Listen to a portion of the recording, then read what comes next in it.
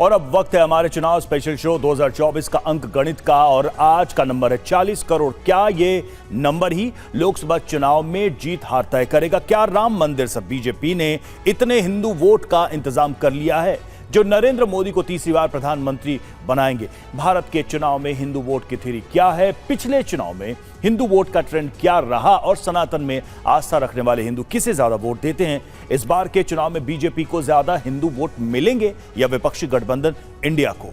ये सब कुछ सटीक डेटा और रिसर्च के साथ तैयार हमारे इस रिपोर्ट में देखिए।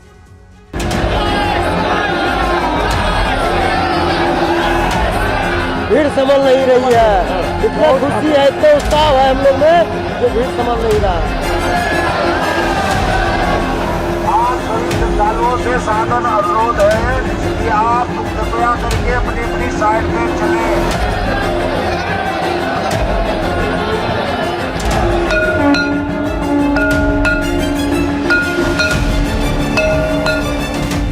500 साल के सब्र के बाद रामलला अपनी जन्मभूमि पर विराजमान हुए तो दर्शन के लिए भक्त बेसब्र हो गए।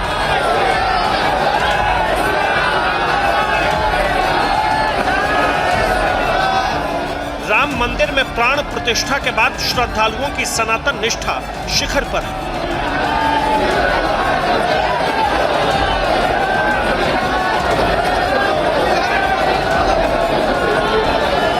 आराध्य के प्रति आराधक की आराधना सवालों से परे होती है, लेकिन देश में लोकसभा चुनाव बहुत करीब है।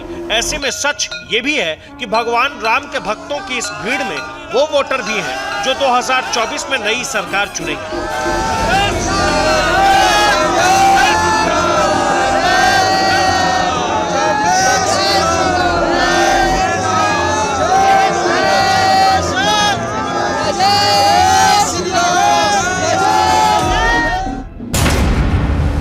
इन मतदाताओं में 40 करोड़ का अंक गणित बहुत अहमियत रखता है।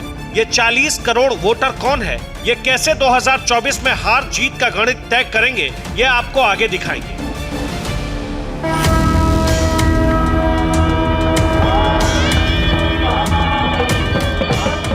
अभी आप 22 जनवरी की वो शुभ घड़ी फिर से देखिए जब प्रधानमंत्री नरेंद्र मोदी ने अयोध्या में भव्य और दिव्य राम मंदिर का उद्घाटन किया।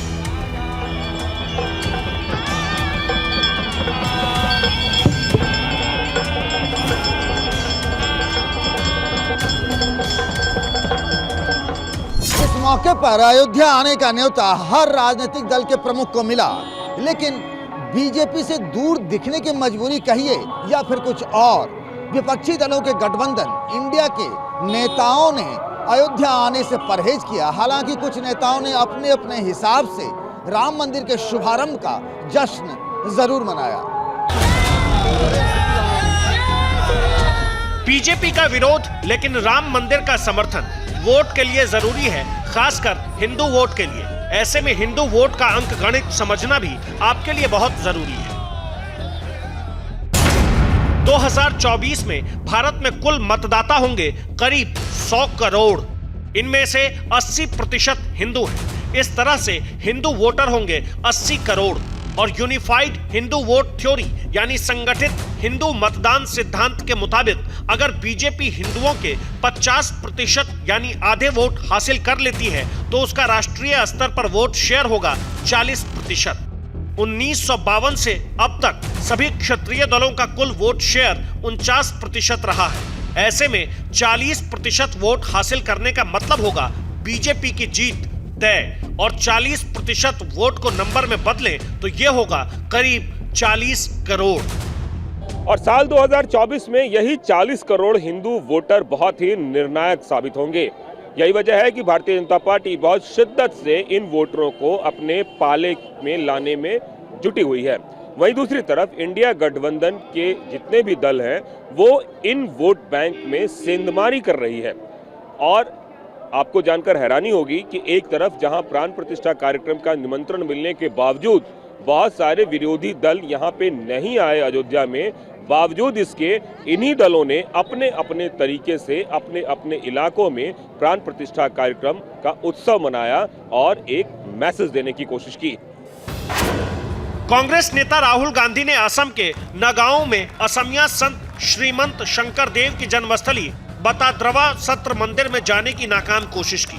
टीएमसी सुप्रीमो ममता बनर्जी ने कोलकाता में मंदिर, मस्जिद, गुरुद्वारा और गिरजाघर में इबादत के बाद सर्वधर्म सद्भाव रैली निकाली।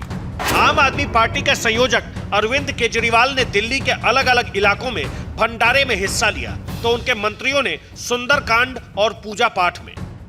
शिवसेना यूबी की प्रमुख उद्धव ठाकरे ने नासिक के कालाराम मंदिर में पूजा की, फिर शोभा यात्रा निकाली। ओडिशा में बीजेडी प्रमुख और राज्य के मुख्यमंत्री नवीन पटनायक ने टेलीविजन पर राम मंदिर प्राण प्रतिष्ठा का समारोह देखा।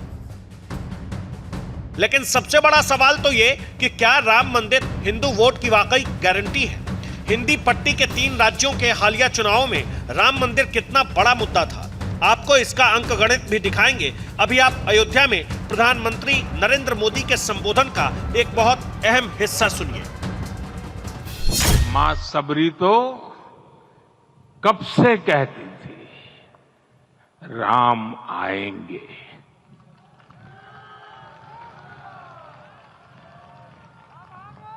प्रत्येक भारतीय में जन्मा यही विश्वास समर्थ, सक्षम, भव्य भारत का आधार बनेगा। हम सब जानते हैं कि निषाद राज की मित्रता सभी बंधनों से परे है। आदिवासी सबरी माता और निषाद राज का जिक्र उन नेताओं को संदेश है जो हिंदू देवताओं को भी सवर्ण और ओबीसी में बांटने की कोशिश करते हैं। ऐसे में अब सवाल यह भी कि क्या अयोध्या में भव्य राम मंदिर बनने के बाद हिंदू वोट एकजुट होगा और क्या इसका फायदा बीजेपी को मिलेगा?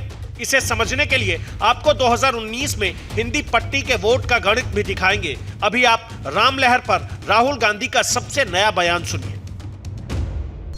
ऐसी कोई बात नहीं है कि लहर है, ऐसी कोई बात नहीं है। मैंने आपको उस दिन भी बताया, ये बीजेपी का एक पॉलिटिकल प्रोग्राम है। इसमें उन्होंने नरेंद्र मोदी जी ने वहाँ पे मतलब पूरा फंक्शन किया। एक तरफ नरेंद्र मोदी और आरएसएस, दूसरी तरफ इंडिया। इंडिया एक विचारधारा है और आज इंडिया के पास हिंदुस्तान का तकरीबन 60% वोट है। राहुल गांधी 2019 में बीजेपी के विरोध में पड़े मतों का अंक गणित बताकर 2024 के चुनाव में जीत का दावा कर रहे हैं। लेकिन सच ये कि 2019 में बीजेपी को अकेले करीब 38% और उसके गठबंधन एनडीए को 45% वोट मिले थे। उत्तर प्रदेश समेत करीब 15 राज्यों, केंद्र शासित प्रदेशों में बीजेपी को 50% से ज्यादा वोट मिले। सिर्फ हिंदी पट्टी के 11 राज्यों, केंद्र शासित प्रदेशों की बात करें तो यहां की 226 में से अकेले बीजेपी को 178 सीटें मिली। 1989 में जिस राम मंदिर के मुद्दे को बीजेपी ने अपने चुनावी वादे में शामिल किया था, वो अब पूरा हो गया है। 9 नवंबर 2019 को सुप्रीम कोर्ट ने राम मंदिर के हक में अपना फैसला सुनाया और 5 अगस्त 2020 को प्रधानमंत्री नरेंद्र मोदी ने राम मंदिर का शिलान्यास भी किया और 22 जनवरी 2024 को उन्हीं के हाथों इसका उद्घाटन भी हुआ। ऐसे में अब जाहिर है कि बीजेपी लोकसभा चुनाव में इस मुद्दे को अपने हक में भुनाने की पूरी कोशिश करेगी।